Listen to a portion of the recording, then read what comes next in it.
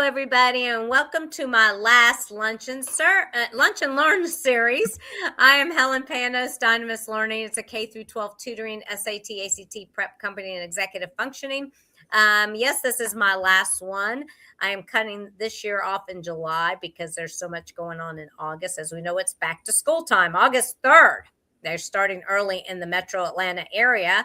Some of you that might be joining us are out of state. I know some of you guys aren't going back. Maybe it's almost Labor Day, but that's okay. Here in Atlanta, we're starting in about a week, believe it or not.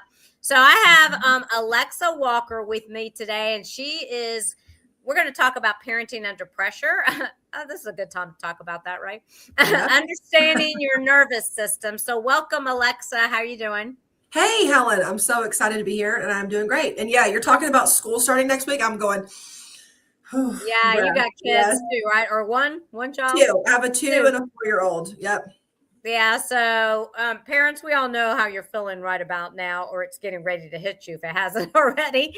Yeah. So we want to talk about helping you guys out here at the beginning of the school year and longer. So Alexa, why don't you tell them, first of all, who you are, what you've been doing, and your company? Yeah. So my name is Alexa Walker. I am a maternal mental health therapist. I love working with women and mamas around the stories that we tell ourselves in our hardest moments. That's what Helen and I were just talking about offline a minute ago, of when things start feeling like they're overwhelming or life starts getting extra hard. There's a story that we tell ourselves about ourselves, right? So I love helping my clients understand that so that they can move forward with better decision-making, things that just fit into the life they want to lead. So that's typically what I'm doing in my therapy practice. I am a part of a private practice, and it is Counseling Reimagined, and we are virtual or in person in Swanee, Georgia. Awesome. Yes. And do you do virtual as well? Yeah, we do. Yep, we have virtual or in person. Okay, cool. And so we're going to get right into the questions. You mentioned that many parents you work with, I think you've kind of said this to me, they work with discussing caring guilt, and I will speak right today, caring guilt, shame, and fear about getting parenting right, so to speak. How do those emotions influence the way we show up with our children? Absolutely. And I think it's important to first name what guilt is, shame is, and this fear of getting things right. So guilt is, I'll start with shame. Shame is, I have done something bad, therefore I am bad. I've acted a certain way, therefore I am a bad parent. Guilt is, I've done something bad. I wish I wouldn't have yelled. But that belief system about you being bad is not present with guilt. And fear, as we all know, being afraid, but fear is a belief that we have that something is threatening. So a behavior we have or something like that is threatening to the way that we want things to go right? Mm-hmm. So how do these emotions influence the way that we show up with our children? They get us on loops. We have shame loops, guilt loops, fear loops.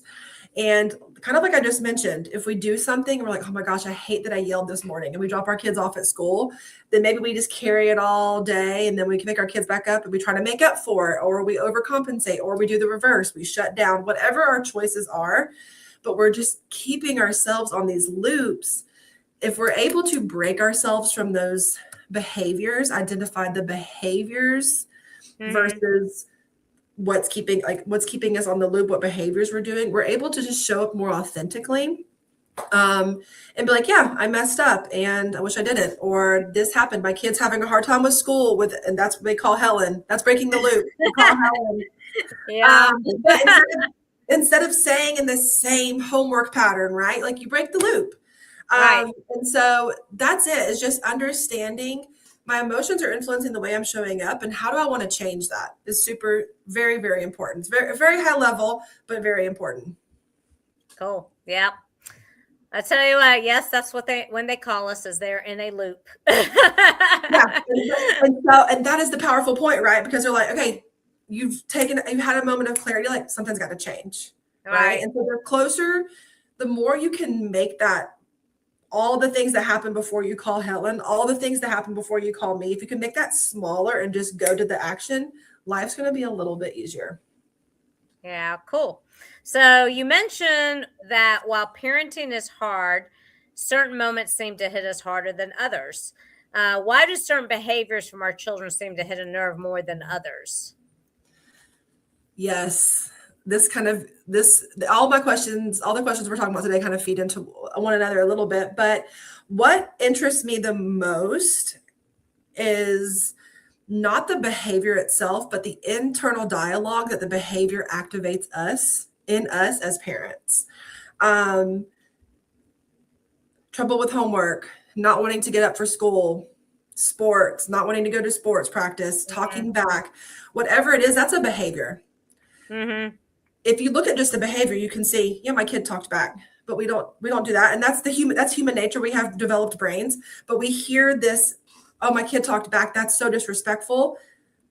We're not supposed to be disrespectful. Or my kid's having a hard time. They don't want to do their homework. They're so lazy. Or you have this fear of like, I want my kids to be successful, and they're not going to be successful if they don't do their homework, right? So it instills that fear. So I care more about the internal dialogue of Mm-hmm. what you're telling yourself about your child's presenting behavior. And I know it's so much easier said than done, because when you're in it as a parent, it's Uh-huh. exhausting.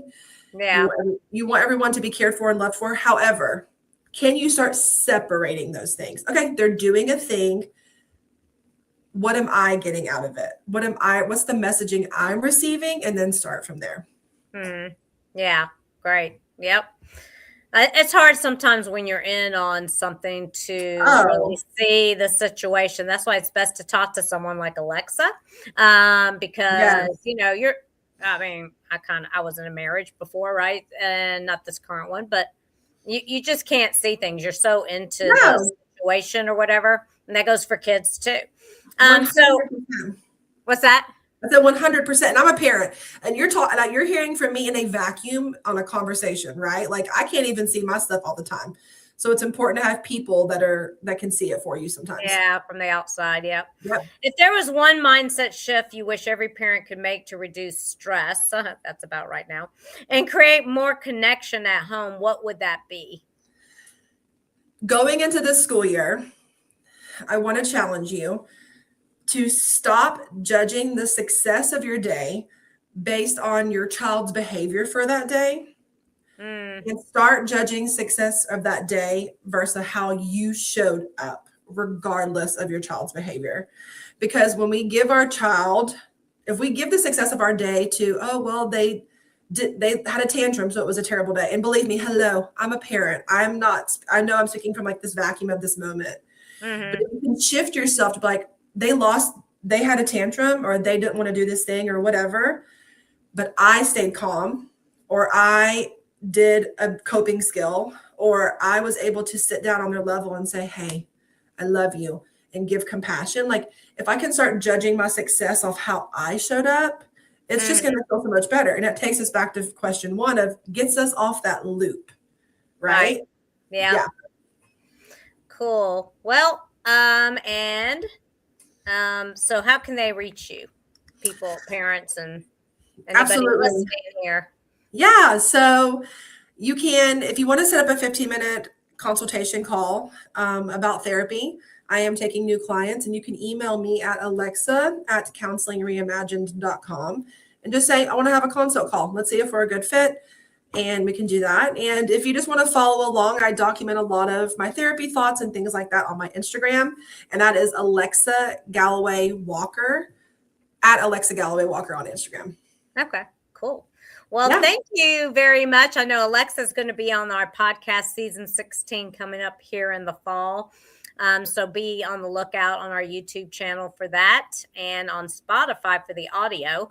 The video will be on YouTube, so it will be there. This feed will be running in Facebook, Instagram, LinkedIn. I think I have it going, all of them. So you can go back and catch this replay. If you have any questions, you can comment below even then. So we'll see it and we'll respond, or I'll get it to Alexa. And I hope everybody has a great rest of whatever's left of the summer. I mean, I know it's still summer, but It is. it's hard to say it's not summer because that doesn't end until like around September 20th. Right. But in terms of back to school, It's the end of the summer. Sorry, guys. So hey, I'm not so excited either, really. I'm like, wait, it's too hot. And No. so yeah. Anyway, I know, take it easy, guys. Don't overstress over the first week of school. Even now, go ahead and get the supplies, find out what those are, get prepared. The more you have in habit format, getting to sleep early, get them on the schedule this week instead of waiting till Sunday night. I would do it now, like starting tonight. And just get those habits going and talk to them about book bags and just schedules in general. And we do executive function if you need help for 6th through 12th graders and adults. Actually, we do adults. Yes, we do.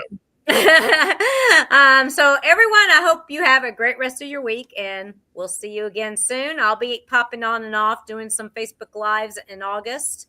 Have an award I have to go get up in Dallas, so I'll be gone for a few days in August, but I'll be here. I'll be working from there too, actually. All right. I just wanted to do a call out to eWomen Network for that award. They honored me for Business Matchmaker of the Year. So that's why I have to go to Dallas. But I just wanted to give a big plug into eWomen Network because it has done a lot for my business. All righty, guys. Bye. Have a great rest of your day. Bye for now.